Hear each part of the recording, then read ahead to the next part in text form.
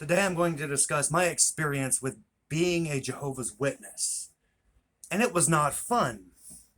So around 12 years old, my mother sent me to a friend's house that was a Jehovah's Witness. She looked at me and told me to get a couple books. So I went and I got some books. Sweet lady, kind. Took them back to my mom. She invited me to the Kingdom Hall. So I went to the Kingdom Hall with this lady. Hello, so nice to have you. You're all so wonderful. You're so nice. They gave me hugs. They made me feel like part of a community, which I didn't have. My family was at a low point at the time because my mother was having serious health problems related to diabetes. So they took that as an opportunity to manipulate me. So they kept giving me hugs, and they'd invite me over to the Bible studies at people's houses where they'd have food. We were poor, so having food was a major thing. I felt like I was part of a community. I mean, it was really wonderful. My great uncle and great aunt were Jehovah's Witnesses, and he was a presiding overseer of his congregation. But I'll get to that later. So the presiding overseer comes over at our congregation. I start talking to him. He's nice. He's a friend with my great uncle. So I'm sitting there and I go every Sunday. I study the literature. They get it to the point where I'm going there for the Bible study on Tuesdays, ministerial school on Thursdays, Sunday watchtower study and the public talk, and then Saturday out in field service. So that's 4 days a week where I am doing some kind of service for Jehovah. I have very little free time between doing that and going to school. And they always expect you to be there for every single meeting. If you miss more than a couple meetings, they start to act like you are the devil himself, and they start to pull back. So I kept going 4 days a week, because you got to go to field service at least once a week or they start to look at you funny. And that's where you knock on door to doors, which is an experience in itself, and it's not very pleasant. So I made some friends there, but everybody was distant. I couldn't figure out why.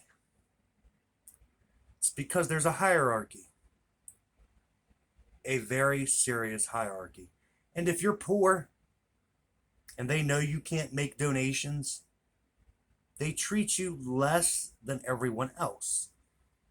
If your suits are dirty, or they'll say rude comments during on Thursdays about you, but they won't name you. They'll shame you, but they won't name you. I had a brother walk up to me one day. Mind you, I'm 13, 14 years old. I can't afford to go to the dry cleaners with my suits. I'm lucky to even have them. He walks up to me and goes, "You stink." And I'm like, "Are you serious?" So I go through the hullabaloo, become a publisher, go out in field service. That's a nightmare, like I said. And I go to get baptized. I study from their little book for baptism. Right before I'm baptized, they look at me. The elder that's doing the questioning looks at me and says, 13 years old, "Do you have any sexually transmitted diseases or AIDS?" Mind you, my mother isn't present, and that's none of his business. So that made me super uncomfortable. So the convention comes. I overhear the elder that did the questioning joking with another brother say, "Well, at least we'll finally be able to get him to take a bath." Really? That was seriously rude. They're just completely disrespectful. There is no godly part about them. So I get baptized. Mind you, just getting the clothes to get baptized, the white shirt and the hullabaloo, you got to be special, right? And I'm sitting there and I notice, and I think it was a 7 or 8-year-old kid getting baptized. And I'm thinking, he is not competent enough to make the decision to become a slave to the Watchtower and Bible organization or society or corporation or what have you. So, I get baptized. I go home. Give me one moment. My mom shrugs it off like it's not a big deal. I start buying books on the occult because I feel like the spirituality they're giving me is very shallow. There's no depth to it. It's empty. It's empty spirituality. Field service is always horrible, especially as a teenager, because we were poor. I didn't have the money to go to McDonald's. And they would always go to McDonald's as a way to spite me.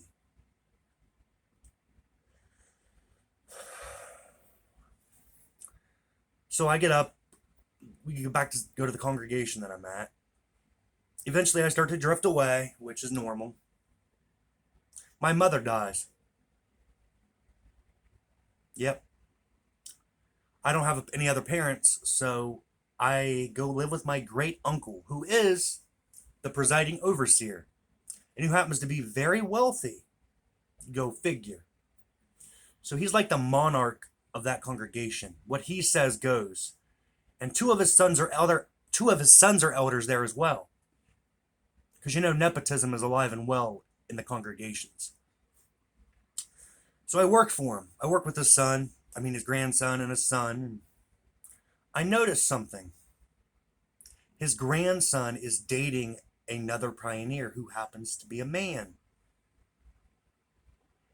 I'm thinking, what is going on here? So I talked to my great uncle about it. He says, just leave it alone. We've already dealt with it. I'm thinking, okay, the elders have dealt with it. It'll be addressed. There's no issue. So I'm sitting in the congregation waiting. Thursday, Sunday, Thursday. There's no announcement about it. They never mention it at all. They never mention the fact that this elder, who happens to be the grandfather of this guy, and his father's an elder as well, 18 years old, is dating another pioneer who was also a man. And I ask him again, I'm like, what's going on? He's like, oh, we have already addressed it. That's all he said. Yeah, that's nice hypocrisy. Another reason I left the Jehovah's Witnesses is because that cousin got sent to Bethel. He comes back and we're talking, and he's like, yeah, the governing body rides around in limousines and lives in mansions, wears Rolex watches, has servants, which are slaves. I mean, they brainwash you to be a slave in that organization. So these, what are the 10-8, the numbers change for the governing body. It's been a while. But these men are living high on the hog on the backs of janitors and custodians and people that work at fast food restaurants, people that don't make a lot of money. So these bigwigs or fat cats are making a fortune on the backs of their brainwashed members. So I've noticed that. Another thing that really had me want to leave, another thing that got me really thinking, was the holidays. My great uncle, presiding overseer, was talking. I was like, I've noticed that people don't go on the major holidays, Thanksgiving, Christmas, Labor Day, 4th of July. I'm like, there's no brothers or sisters at the Kingdom Hall. I mean, you have a congregation of 120 people, and there's like 10 people that show up on these holidays. He's like, oh, they use it as time to spend with their families. And this isn't just that congregation. This is every congregation I'd ever been to. On the holidays, they never show up. The congregations are always Spartan. My uncle was like, it's because they spend time with family. No, it's because they celebrate the holidays. They're just hypocrites about it. Because my uncle as well, him and his sons, and their big family hullabaloo on all the major holidays. Wasn't that nice? So I'm sitting there, and I believe it's called the Ministerial Times. You know, the little pamphlet publishers get that we're supposed to go over every Thursday. I forget exactly the name of it. It's been 13 years. It's been a long time. So they're handing these out, and I'm reading it. We're going over it on Thursday. They're saying, brothers and sisters, 2007, I believe, the last part of 2007. They're saying, brothers and sisters, you should not have private Bible studies with each other. You should not compare our Bible with other translations. You should not study the biblical languages. And in my head it clicks. I'm thinking, they don't want us to study the biblical languages or have private Bible studies for what purpose? It's because their Bible isn't the Bible.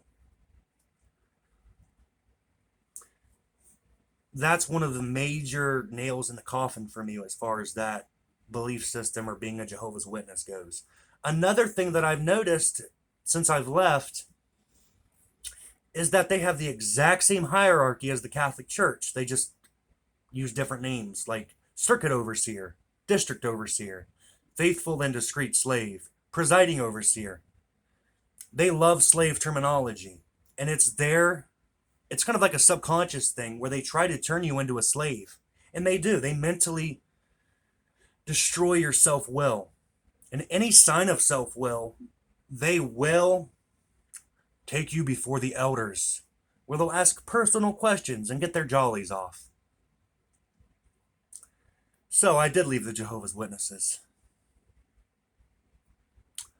And I'm glad I did, but I didn't get disfellowshipped. Of course I might have, I don't know. But I sent them a really nasty letter telling them to take me off of their books and their rolls, that I do not want anything to do with their organization anymore. Of course, you know, they probably went through the whole motion of disfellowshipping me for whatever little insinuations they like. They're nosy. They will snitch. They always snitch on each other. It's like a dog-eat-dog world climbing for scraps from the master's table. They take biblical stories and context out of context. They don't love the Bible. And they rewrote it again. They rewrote the Bible, I think, about a decade ago. They had the New World Translation of the Holy Scriptures. They rewrote it because there was a few things in there that went against what the governing body says. It's a new light. They also love to revise their false prophecies. And I've heard there's another one going around about COVID-19 now. Isn't that nice of them?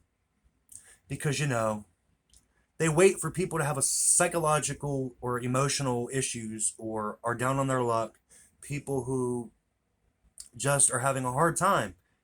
And they're hoping because you'll be receptive and they'll be able to use you and take your money. Because the Watchtower, Bible, and Tract Society only exists for one purpose: to make a profit. Please listen to what I say and do not become involved with them. If you see them, close the door on them or don't even open it. Tell them to go away. You're not interested.